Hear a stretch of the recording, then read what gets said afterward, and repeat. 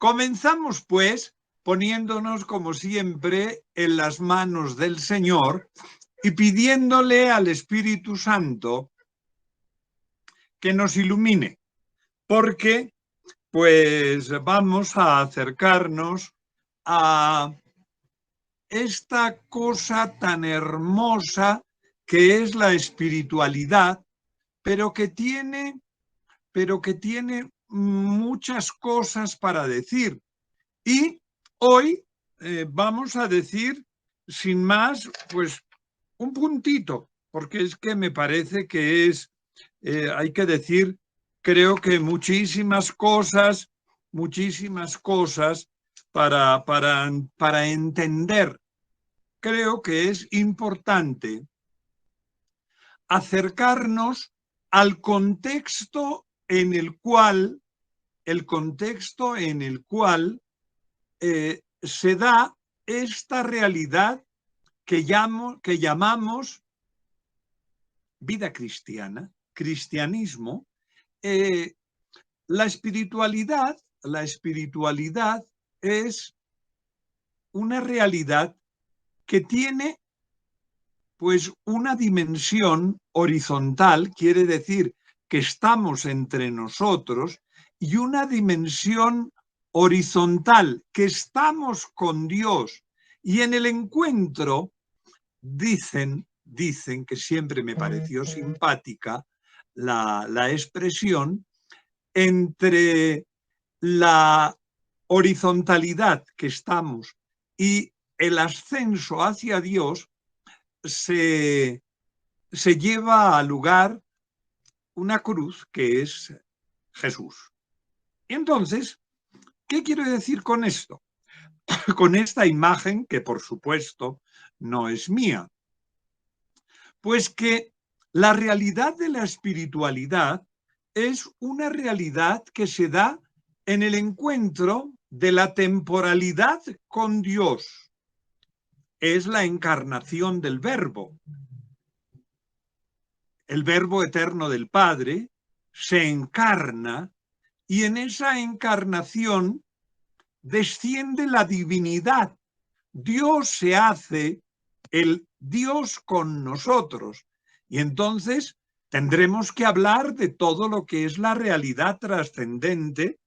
Ya lo vimos hablando de los conceptos de la espiritualidad, que siempre me pareció pues tan hermoso. Tengo aquí los apuntes de mi padre Serafín, que los vimos en otro momento, y claro, estábamos viendo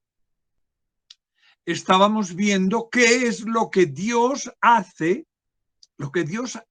¿dónde? En la humanidad.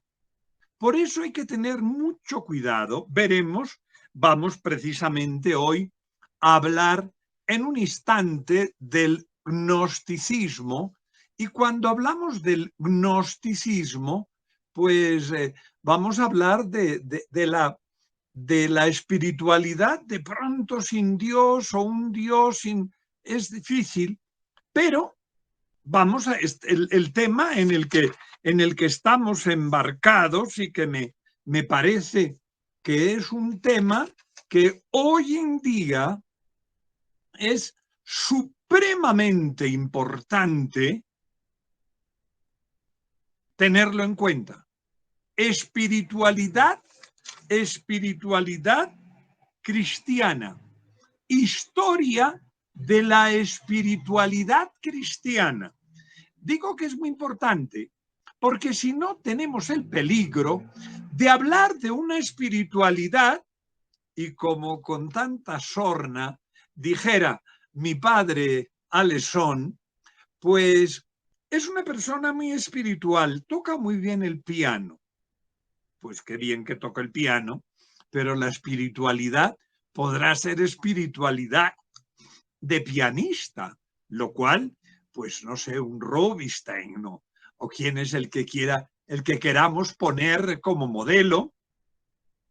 Son temas demasiado importantes, pero ojo, estamos viendo historia de la espiritualidad cristiana. Ojito, en la actualidad hay muchas espiritualidades que no son cristianas. Repito, pobre Rubinstein, si levantara la cabeza con las maravillosas interpretaciones que hay en YouTube, pues hay una verdadera mística del pianista o de cualquiera. Pero ojo, estamos viendo historia de la espiritualidad cristiana. Por eso, no quiero ir en desdoro de las personas que tienen, pero ojo, nosotros queremos ver historia de la espiritualidad cristiana. Muy importante, muy importante. Esa parte de entender que puede haber otros ámbitos, espiritualidades, y eso recordar lo que dicen el bueno de San Ignacio de Loyola cuando dice ¿qué son los ejercicios espirituales? Y dice los ejercicios espirituales son cualquier actividad del espíritu. Así comienza el librito muy breve, lo recomiendo para que lo lean, que son los ejercicios espirituales. Me parece muy importante porque estamos hablando de espiritualidad cristiana. Bien se ha dicho que hay una dificultad, una nueva dificultad, quisiera decir, que es la espiritualidad de muchos cristianos que pretenden tener una espiritualidad cristiana y tienen una espiritualidad cristiana sin Cristo, con lo cual tenemos un problema muy grave, muy grave. Puede haber cristianos que pretendan tener una espiritualidad cristiana sin Cristo. Y Cristo es el Verbo eterno del Padre encarnado. Entonces, insisto, hay aquí una unión de elementos que es una cosa maravillosa que tenemos que tenerla en cuenta, que estamos hablando de una realidad que es la historia de la espiritualidad cristiana. Me parece importantísimo y lo digo porque es una cosa pues muy dura entender que hay cristianos que no tienen a Cristo, aquella cantinela de decir cristiano sin Cristo, Cristo sin Dios, Dios, cristiano sin Cristo, Cristo sin iglesia, la iglesia sin Cristo, sin Dios. Y entonces es de pronto un humanismo que lo único que dice es que el hombre es Dios, con lo cual no estamos en una historia de la espiritualidad cristiana. Bien, vamos a hacer, digo esto porque primero, y lo repetiré a lo largo de estos encuentros más de 2 veces, diciendo que tenemos que tener una espiritualidad cristiana. Porque si no tenemos una espiritualidad cristiana, no tendremos una espiritualidad eclesial y estaremos sin ser cristianos. Entonces, ojo, Dios, Cristo, Iglesia, con el hombre. Hoy, en el tema que nos ocupa, quiero hacer un acercamiento que pues podría ser en algún momento algo que resulte como meramente erudito. Me explico que la erudición puede ser pues algo bueno, malo o todo lo contrario. Y entonces, ¿qué es lo que vamos a compartir? Vamos a compartir vamos a compartir a una realidad muy importante, que es la historia de la espiritualidad. La historia de la espiritualidad y a ver si hoy estas imágenes se nos hacen un poco cercanas, porque me decían el día pasado que habíamos tenido alguna dificultad. Tengo que decir que pues yo estoy transmitiendo desde el teléfono porque las imágenes son más nítidas, pero si hay alguna dificultad, pues por favor, yo haré alusión a lo que estamos viendo, a lo que estamos viendo, y entonces, pues por favor, pues en algún momento pueden ustedes recurrir a otros modos de acercamiento. Todo esto está tomado de Google, de las páginas normales y corrientes.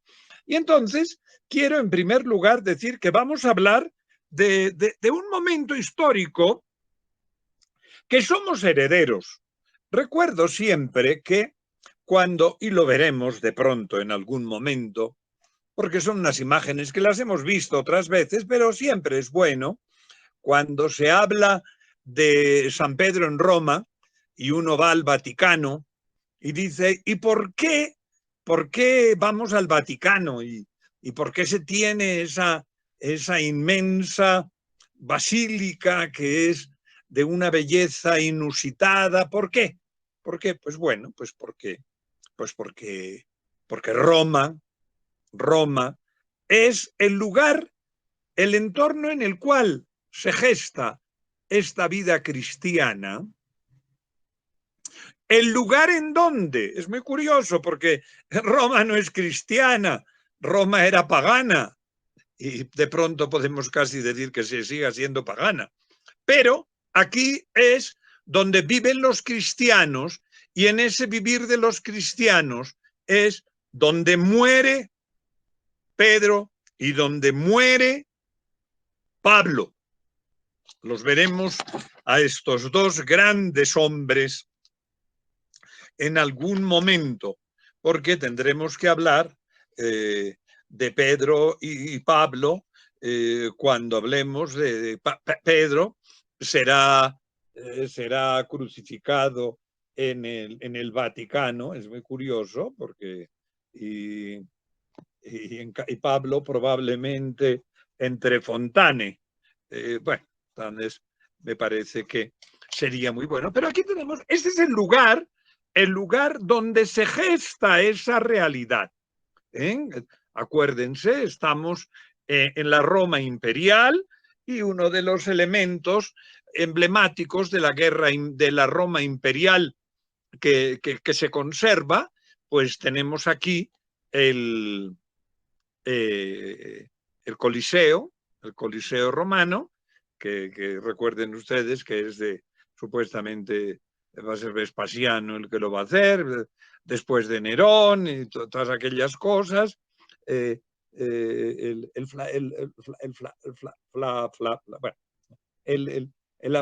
anfiteatro Flaviano. Bueno,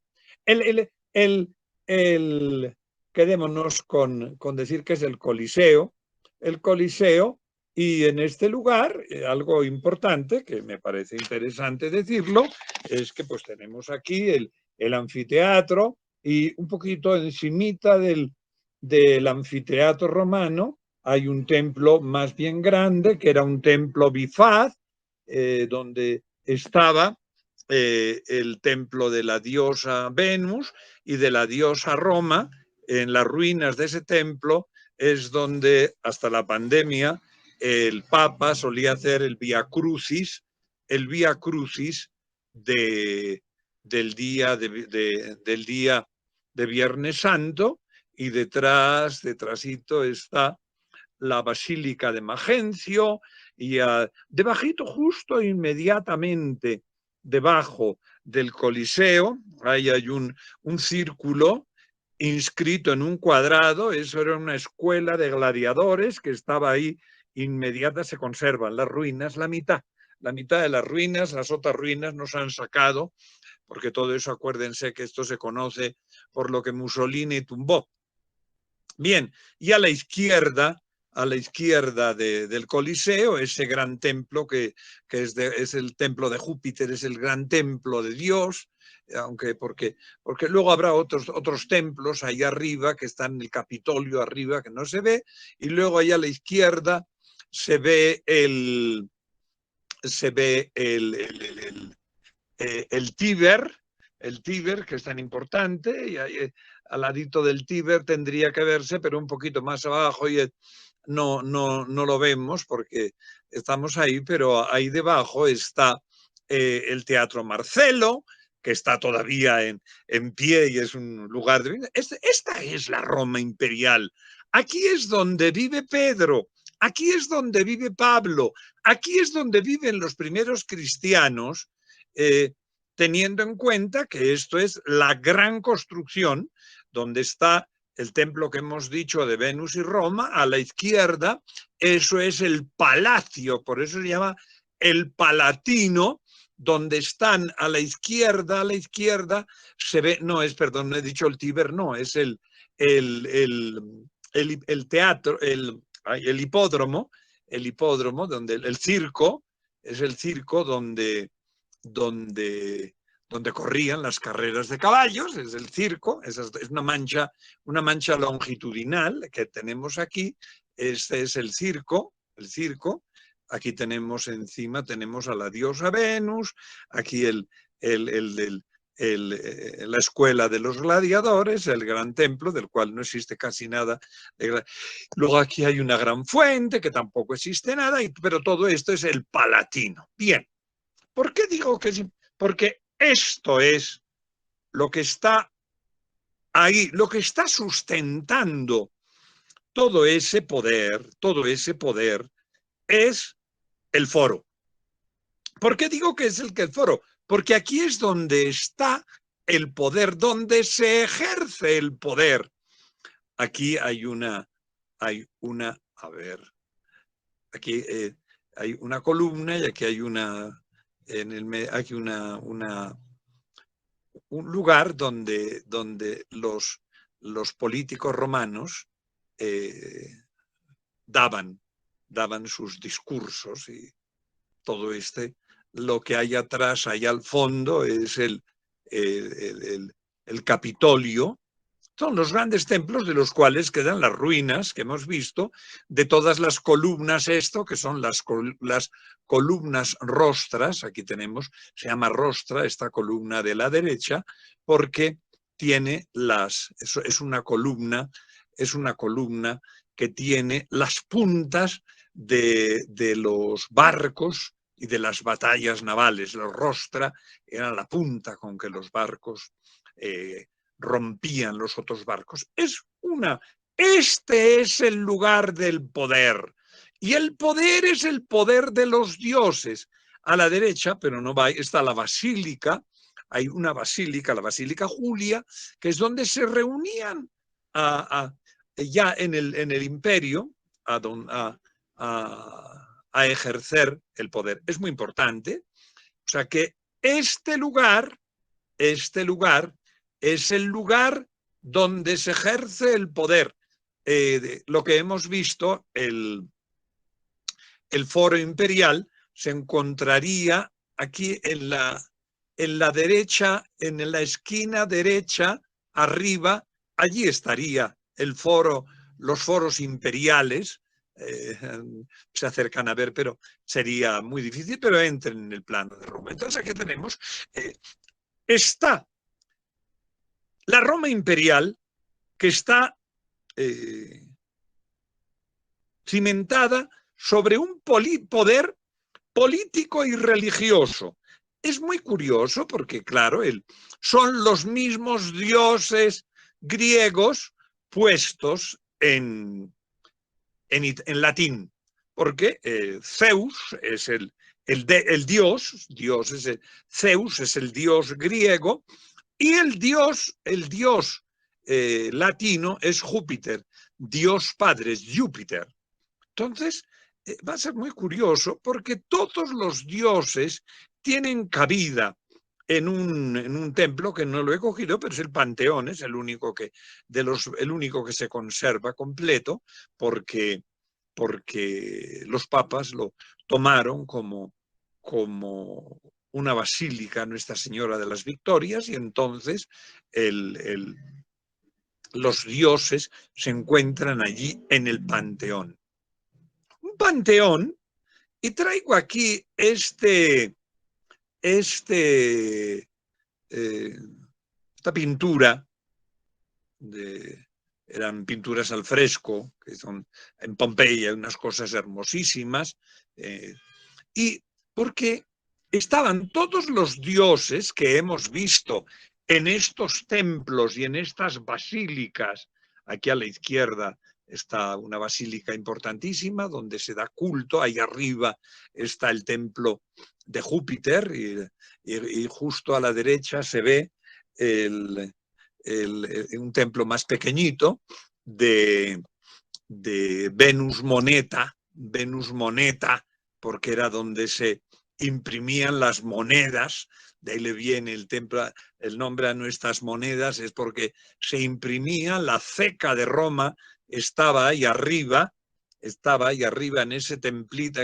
A la izquierda es el templo de Júpiter, que está ahí arriba, donde está, veremos después a Marco Aurelio, y es un templo más chiquito, es de Venus Moneta. Todos los dioses tienen cabida, incluso como vemos en este culto de Isis, que Isis es una deidad egipcia, pero en Roma, ya en tiempos de Jesús, un poquito antes, pero ahí, acuérdense, como Marco Aurelio, entonces, aquellos aferes amorosos de Marco Antonio y Cleopatra, y entonces los dioses egipcios tienen, se afincan también en Roma, y Roma los acoge el culto de Isis, acoge el culto del dios Mitra, es el dios de los soldados. Este es un mitreo donde se reunían, lo que está a la derecha y a la izquierda son dos triclinium, se reunían a comer, era un lugar donde el culto se hacía mediante unas reuniones en las que se comían, y este dios, que es el dios del vigor, el dios Mitra, somete a un toro, lo mata, y una culebra abajo y un perro se comen la sangre, y es una divinidad asiria, y también es acogida en el panteón romano. Este mitreo, que me parece tan importante, este mitreo está debajo de la Basílica de San Clemente, más o menos, ojalá que pues pueda verse, pero entren a ver, porque la Basílica de San Clemente, esta que expone del siglo XII, tiene unas pinturas maravillosas del siglo XIV, y tiene unos pisos somascos del siglo XIV, es hermosísima, pero debajo tiene una basílica del siglo IV a la cual se puede acceder, y debajo tiene una domus romana del siglo I con unas conducciones de aguas maravillosas, entrar por allá, y ahí está, al fondo de esto que pone domus romana, está el mitreo.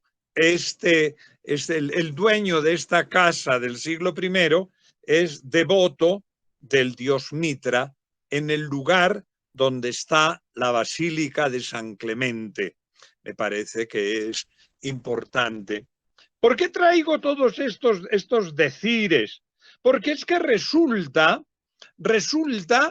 que Roma es un lugar que da culto y recibe a todos los dioses de cualquier sitio. Es muy importante, es muy importante. Y en cambio, el cristianismo va a ser perseguido hasta el siglo V. Con toda probabilidad, porque resulta que hay un edicto cuando se quema la ciudad de Roma, que pues es probable que Nerón hubiese tenido participación, y si no tuvo participación en la quema, porque el incendio de las ciudades era algo muy recursivo, resulta que todos estos dioses en este lugar tan maravilloso culturalmente eran aceptados, menos el mundo romano.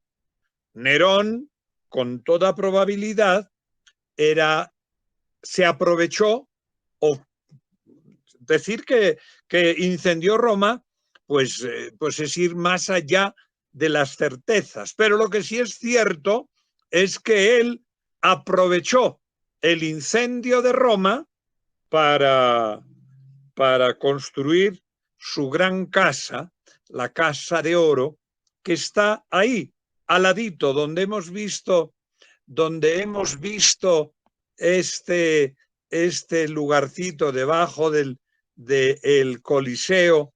A la derecha del Coliseo, aquí, según y cómo está, a la derecha del Coliseo tenemos la ciudad de Roma, a la derecha está la casa, la Domus Aurea. Era el palacio que se hizo Nerón, y ahí estuvo gran parte de la ciudad de Roma hasta que Nerón la expropió después de que se incendió la ciudad. Y por eso Nerón busca un culpable, y con toda probabilidad le echan la culpa a los cristianos, y publica un edicto que es el edicto neroniano, en el cual dice que no se puede ser cristiano, con lo cual él se queda con todas las propiedades, y después, hasta el edicto de Milán, 413, creo que es 413, el edicto de Milán, pues va a ser cuando Constantino abola el edicto de Milán. O sea que en una ciudad que era absolutamente politeísta, se prohíbe el culto cristiano. ¿Y qué es lo que pensaban los romanos? ¿Cuál era el pensamiento filosófico de los romanos?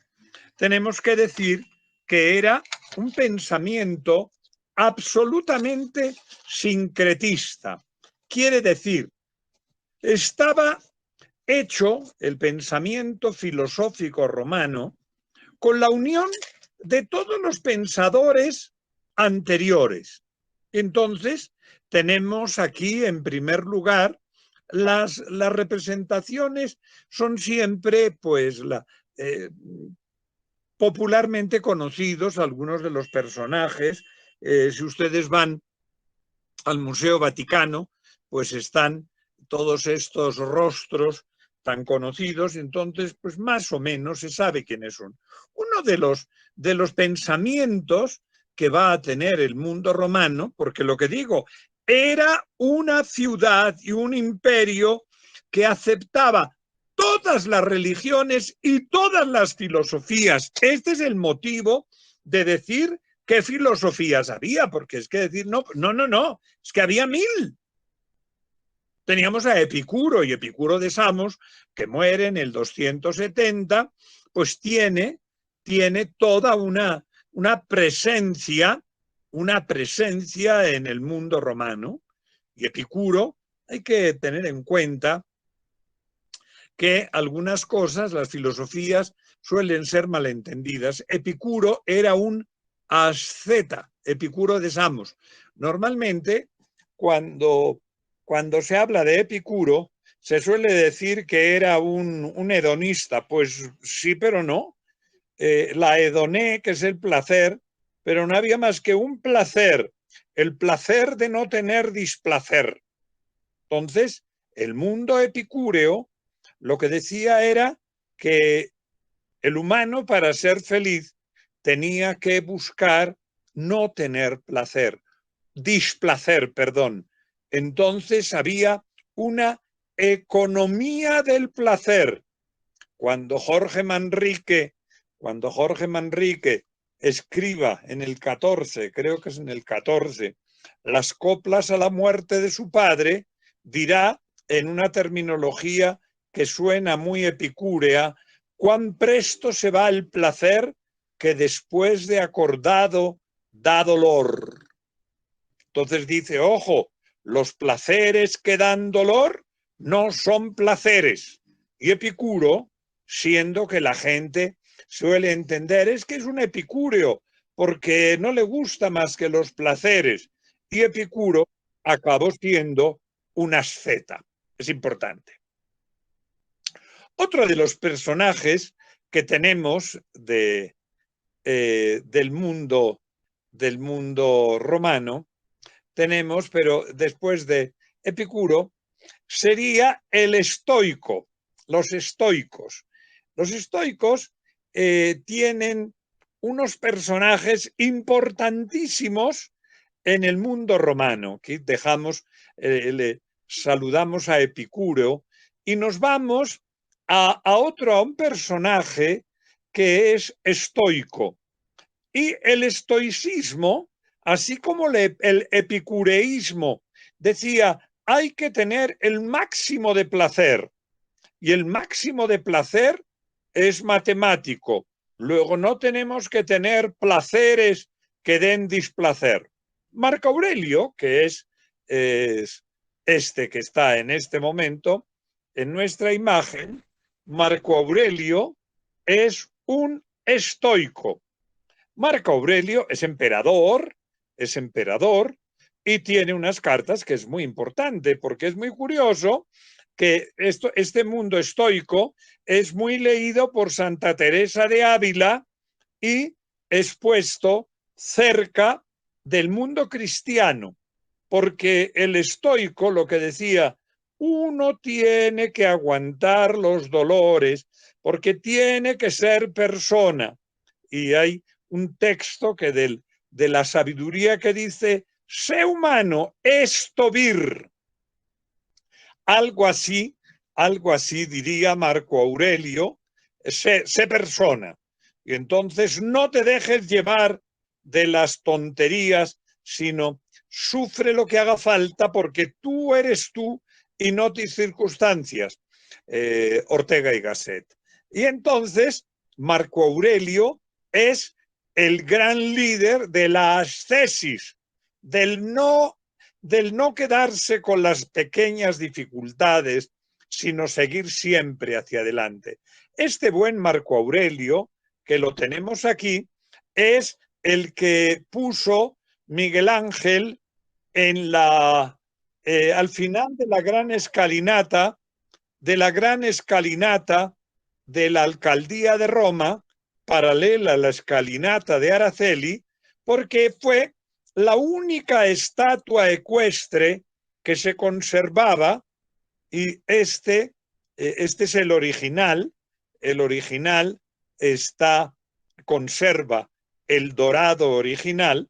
La estatua que está actualmente en la plaza de la alcaldía de Roma es una copia y no tiene el dorado que, como vemos, tiene esta estatua. Y Marco Aurelio es un gran personaje, sus escritos son de gran fuerza. Para que se acuerden, que lo hemos dicho muchas veces, el personaje, el emperador que pretende hacer historia en la película de El Gladiador. Y este sería el emperador que en la película lo mata probablemente el locuelo de su hijo Cómodo, que era un poquito loquito y que le gustaba saltar en el anfiteatro y lucir que era un gran luchador. Aquí tenemos pues a Marco Aurelio y otro personaje que es cordobés, es Séneca. Me gusta esta estatua porque lo estuve visitando hace pocos años. Y Séneca tiene una pequeña desgracia, que fue profesor de Nerón. Y Séneca, desde su filosofía estoica, le exhortaba a que fuera un gran personaje, no un blandengue.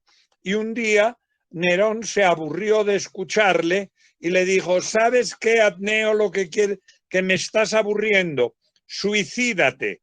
Y se puso en una bañera de agua tibia y el bueno de Séneca se suicidó. Ahí tiene Séneca esa estatua ya en los palacios, cerca de las murallas romanas de Córdoba. Séneca. Entonces, aquí tenemos otro personaje importantísimo, Marco Tulio Cicerón. Cicerón es el gran hombre, el gran filósofo, pero es un gran filósofo, como hemos dicho, sincretista. Sabía mucho, era un gran político, es anterior a Cristo, pero tiene mucha importancia, tanta importancia que uno de los textos de Cicerón va a impactar tremendamente en la conversión de nuestro padre San Agustín. Y Cicerón exhortaba al estudio de la filosofía. Marco Tulio Cicerón.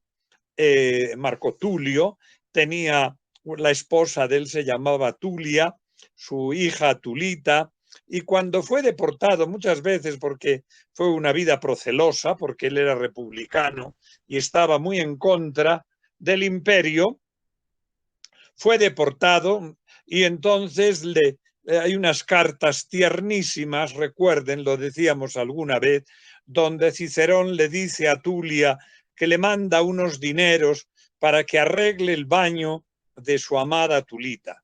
Impresionante. Entonces, estos son los grandes personajes. Otras de las escuelas romanas serán los cínicos.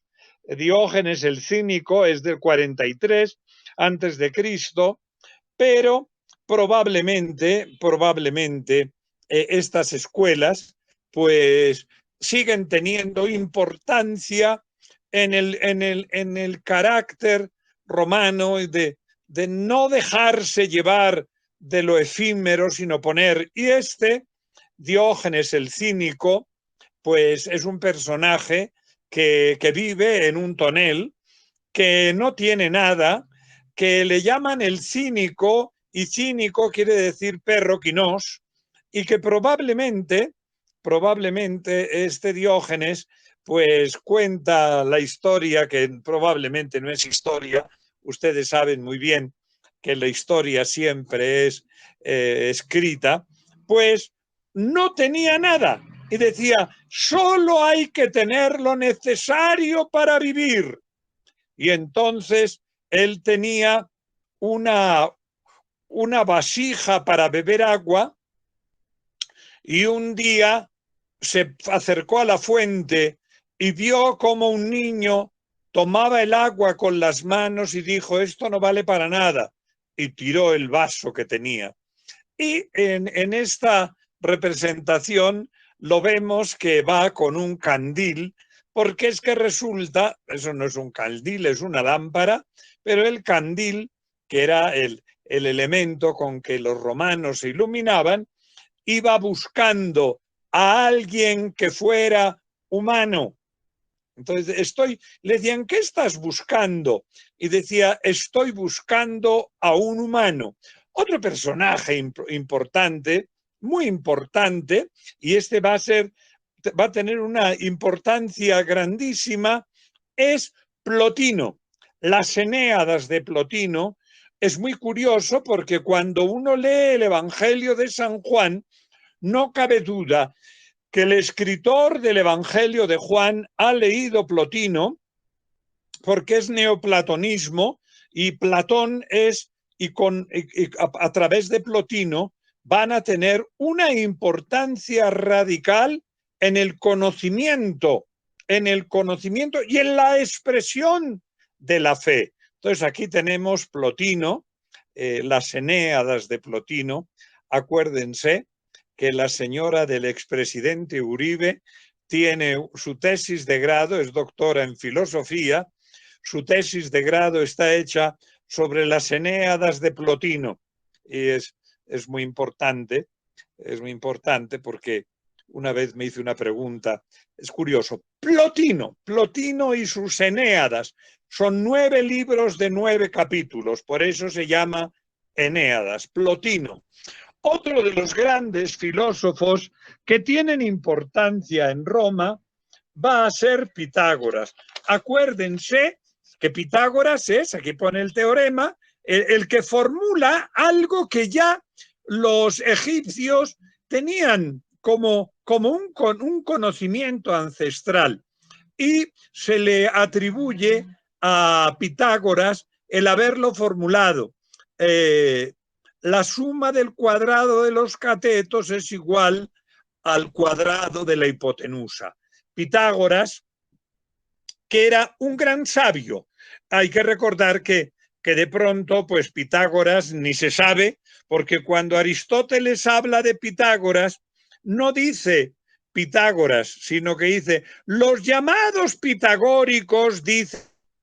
Es interesantísimo, pero este conocimiento va siendo cada vez pues más importante. Recuerden, aquí tenemos este cuadro de las logias de Rafael, y pues no es la fotografía más feliz, pero todos estos personajes, en el fondo están Aristóteles y Platón, todos ellos son personajes que tienen influencia en la filosofía romana, que van a ser los mismos que vuelve Rafael a poner en la discusión del sacramento. Entonces pone el Santísimo Sacramento y pone la filosofía a la izquierda, la teología a la derecha, porque la filosofía tiene que hablar y decir, pero quien acierta es la teología. Me parece importante porque la filosofía, esta filosofía que dialoga con la teología, es algo que lo van a hacer los padres de la Iglesia, cuando después van a discutir un poquito más tarde, pero lo veremos posteriormente, porque es que el saber humano, y aquí lo que he dicho al principio, que la espiritualidad es divina y es humana, y la filosofía es un saber humano. ¿Qué es lo que pasa con estos personajes? Pues vamos, es que lo que tenemos es que los cristianos que están viviendo en Roma, acuérdense que los romanos viven aquí en Roma,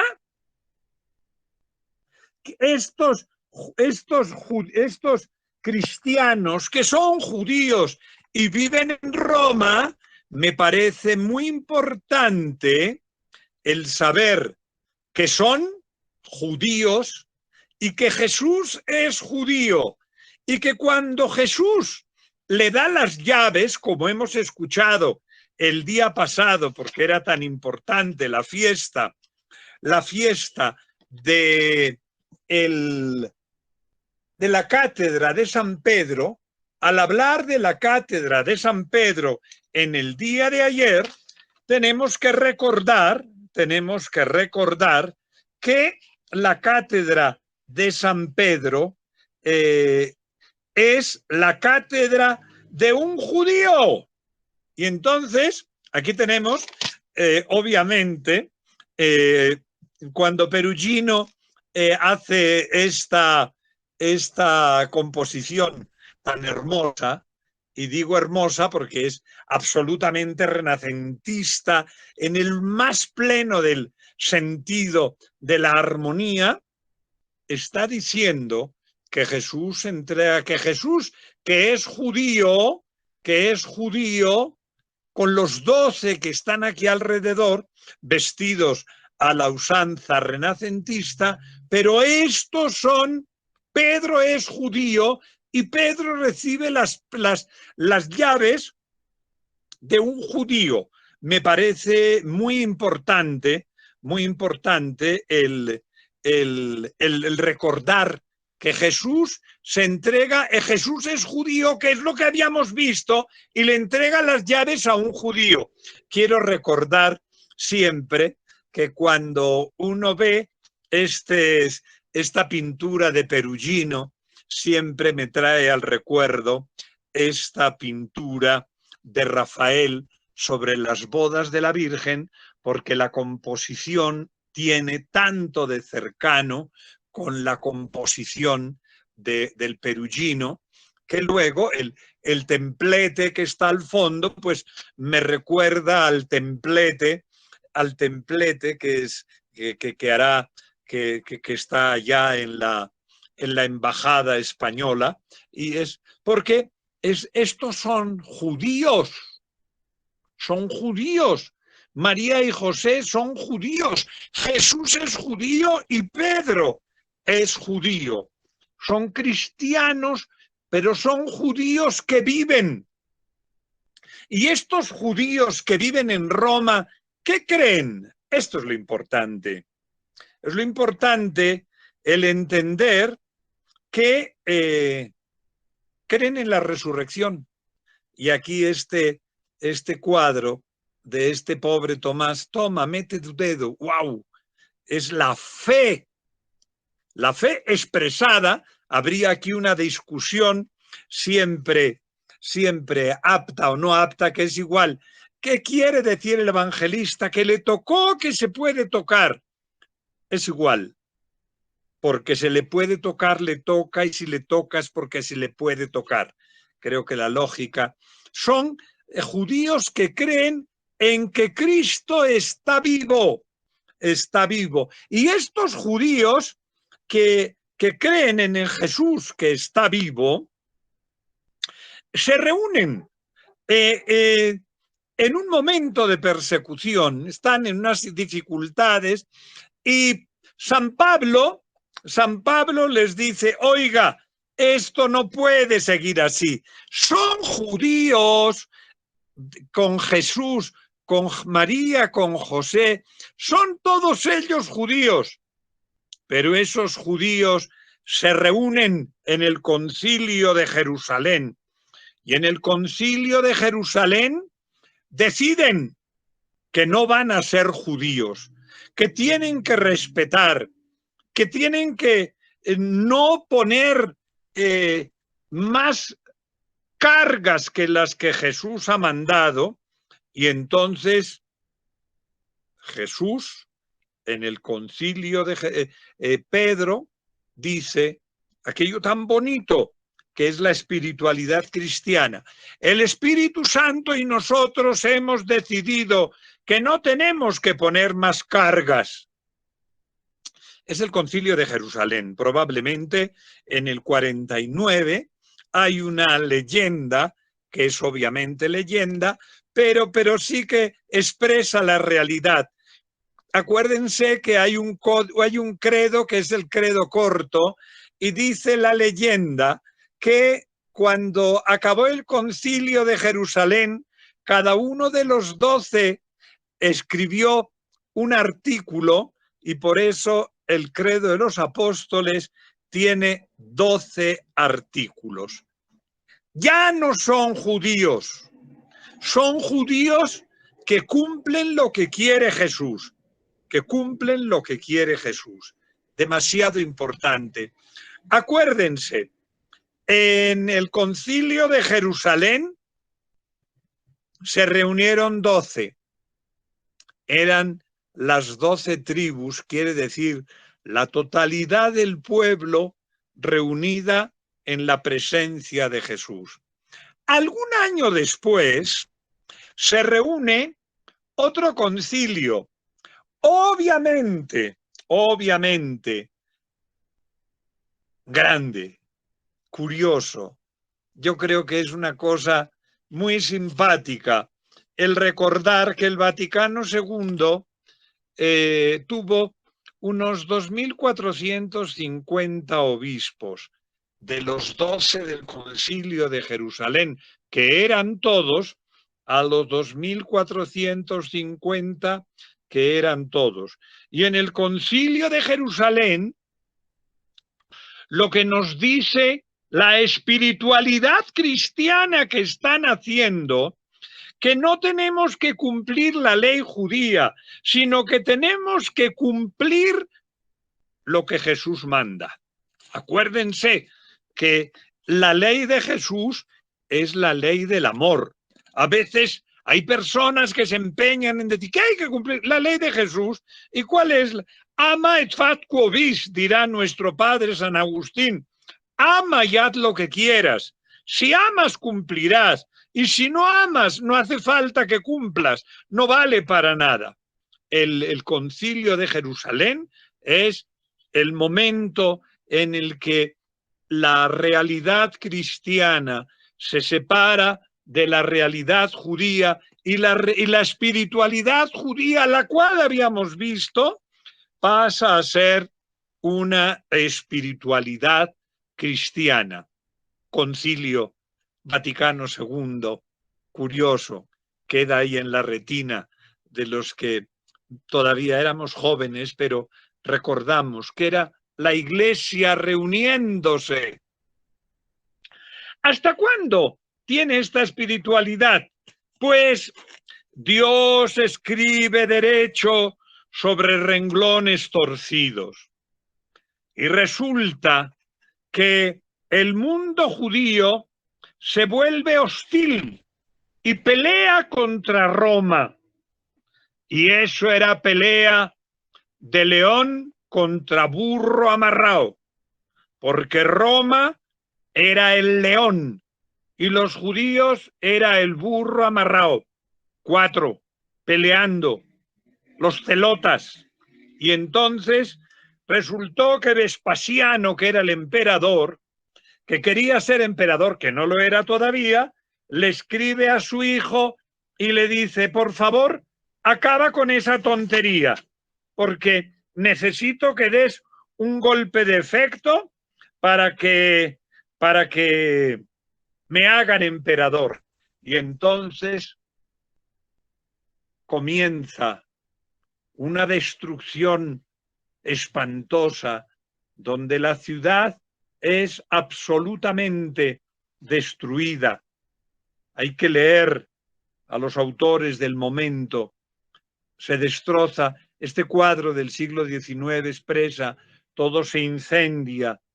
Le había dicho Berenice, recuerden, la novia de Tito, le dice, no quemes el templo, porque eran muy amado el lugar.